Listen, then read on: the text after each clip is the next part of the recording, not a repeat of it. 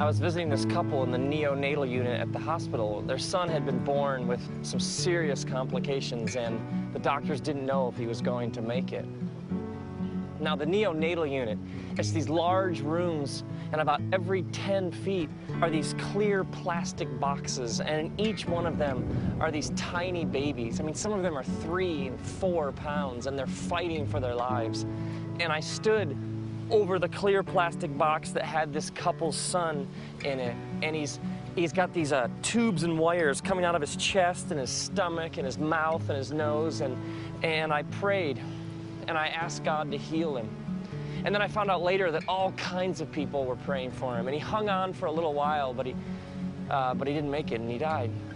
And then soon after that, I ran into this woman that I've known for quite a while, and she told me that her granddaughter had just been diagnosed with this rare heart condition that not very many babies survive. And so the family all started praying, and then they took her in for another round of tests. And after that round of tests, the doctor said to the family, I can't really explain it. I mean, I'm an authority on this particular rare heart condition, and I don't know what else to say, but I can't find anything wrong with her. She's healed. What do you do with that? I mean, does God answer prayers? Some, but not all, or sometimes, but not all the time? Or does God always answer prayers? It just sometimes God says no. And sometimes people say, well, we prayed and then God showed up and did a miracle.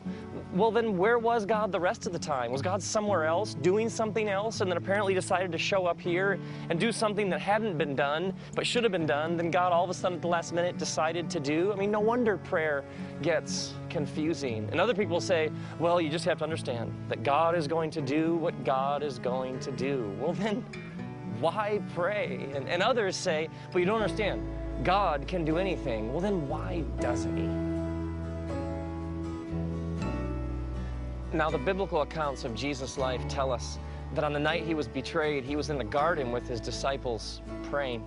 And it's in the hours leading up to his arrest, and then he's going to be tried as a criminal, and then he's going to be executed. And he's feeling the full weight of what's about to happen to him because he knew it was headed this way.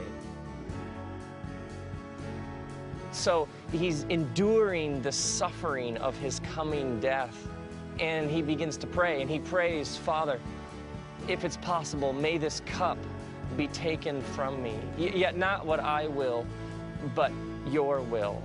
He essentially likens his death to a cup that he doesn't want to drink. I mean, who would? And then he prays a little while later, if it's not possible for this cup to be taken from me, then may it be done according to your will. So in the first prayer, he essentially says, is there some way out of this? I don't really want to go through this. Is there some other plan here? And then the second prayer is more like, well, I guess this is going to happen. Nothing I can do to stop it. So I'm up for whatever you have in mind.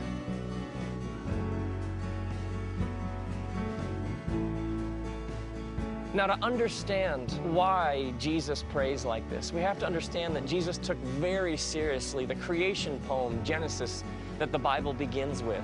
And in this creation poem, God creates, but God creates things that are capable of creating more. And so God creates trees, but then gives trees the ability to create more.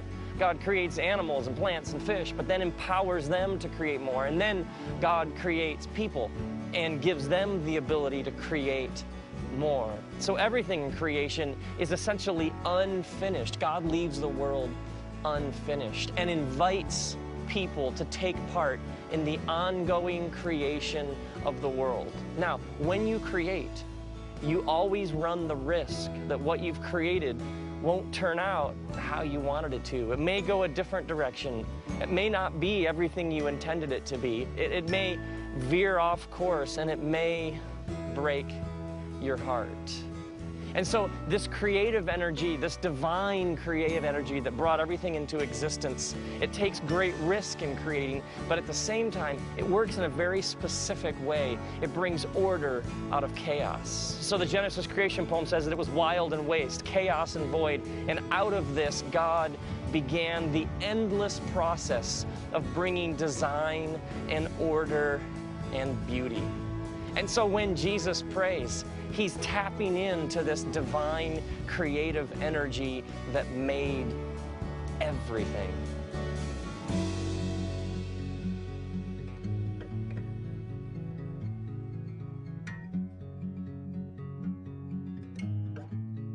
And so prayer for Jesus, it was not this passive acceptance of, well, I guess this is just how it's going to be. And it wasn't this active kind of rebellion against all dictate the future. For Jesus, prayer was being open to the God who's at work here and now. But to be open to the creative working of God in the world here and now, you have to be honest. So when Jesus is saying things like, is there any way for this cup to be taken so I don't have to drink it? He's being brutally honest with God. God, I don't really want to go through this. Like it says in the book of Psalms, chapter 13, where the writer says, God, how long will you forget me forever? How long will you hide your face from me? Jesus came from a long tradition of people who saw prayer as brutal honesty with God. Some people think that half of the Psalms were laments, people grieving and outpouring their anguish in times of great suffering and torment, people shaking their fist at God, challenging God, doubting with God, wrestling with God, questioning God. God can handle what you're thinking. God can handle how you're feeling. God can handle what you're saying. Prayer, if it's anything, is truth. It's being honest with your Maker. But for Jesus, it wasn't just honesty that's going on in the garden when he's praying to his Father. But Jesus' questions assume that he is going to be involved in some way in the answer. Jesus' assumption is there's some role for him to play in this creative, ongoing work of God in the world. And some people pray and they say, well, God just didn't answer my prayer, but maybe they were the answer to their prayer. Don't ask God to feed someone who's hungry if you have plenty of food. Like it says in the book of James, the prayer of a righteous person is powerful and effective. Somebody who believes that the God who created the universe is at work here and now, and somebody who's open to that, somebody who's aware, who's watching, who's listening, somebody who's looking for their role to play in the ongoing creation of the world, well, that is going to be powerful. Prayer isn't just like a formality or some sort of list or some sort of rote ritual that you just have to get through so that you can get on with your day. Like it says in the New Testament, pray unceasingly. Prayer is your whole posture towards life. It's way more than just words. It's the whole way that you see everything going on around you. And so prayer is being still, it's meditating, it's reflecting, it's listening, it's waking up, and it's when you never stop asking the question, what is God up to right here, right now, and how can I be a part of it? God's desire is that the divine energy that made the world would flow between us and in the process draw us closer together. Prayer is tapping into the same energy that formed the universe. That's why people say that they can feel prayers. It's because we can. Praying connects us to the people and things we're praying for. Prayer enlarges our perspective. Praying gives us a bigger heart. Praying makes us feel things. Praying changes things, but prayer changes us. Praying makes us better people.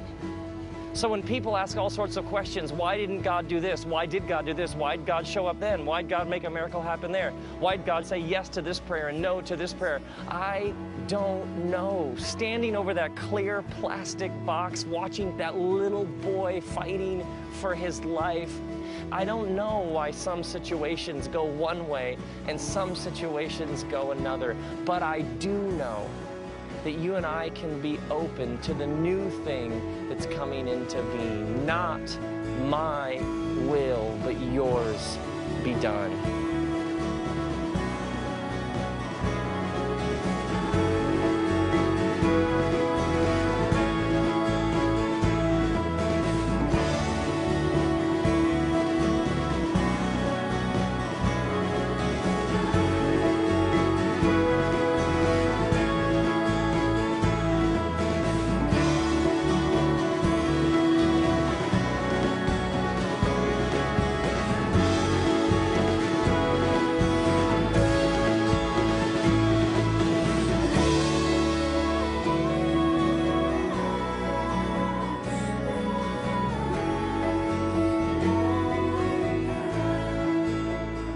May your whole life be a prayer. And may you be honest with God as you become more and more open to your role in the ongoing creation of the world.